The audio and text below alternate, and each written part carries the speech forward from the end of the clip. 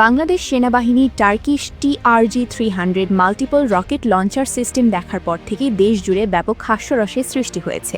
সিস্টেমটির সর্বোচ্চ range 120 kilometre, আর এটিই বাংলাদেশের ভান্ডারে থাকা সবচেয়ে দূরপাল্লার মিসাইল। এদিকে ঢাকা থেকে চট্টগ্রামের দূরত্ব 300 কিলোমিটার।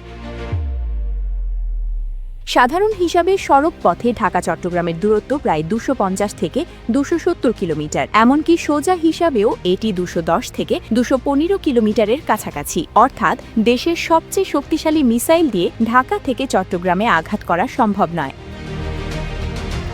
সাধারণত মিসাইল তৈরি করা হয় শত্রু দেশের ওপর আঘাত হানার জন্য, কিন্তু গাণিতিক মতে যদি ঢাকা থেকে কোনো মিসাইল ছোড়া হয় তবে সেটি চট্টগ্রাম পৌঁছানোর আগে কুমিল্লা গিয়ে পড়বে। একজন অবসরপ্রাপ্ত সেনা কর্মকর্তা নাম প্রকাশ না করার শর্তে বলেন, 120 কিলোমিটার রেঞ্জ মূলত সীমান্ত এলাকায় ট্যাকটিক্যাল স্ট্রাইকের জন্য উপযোগী। দেশের অভ্যন্তরীণ নিরাপত্তা বা দূরবর্তী অঞ্চলে আঘাত হানার জন্য এটি যথেষ্ট নয়। আমাদের হাতে কোনো দূরপাল্লার ক্ষেপণাস্ত্র নেই।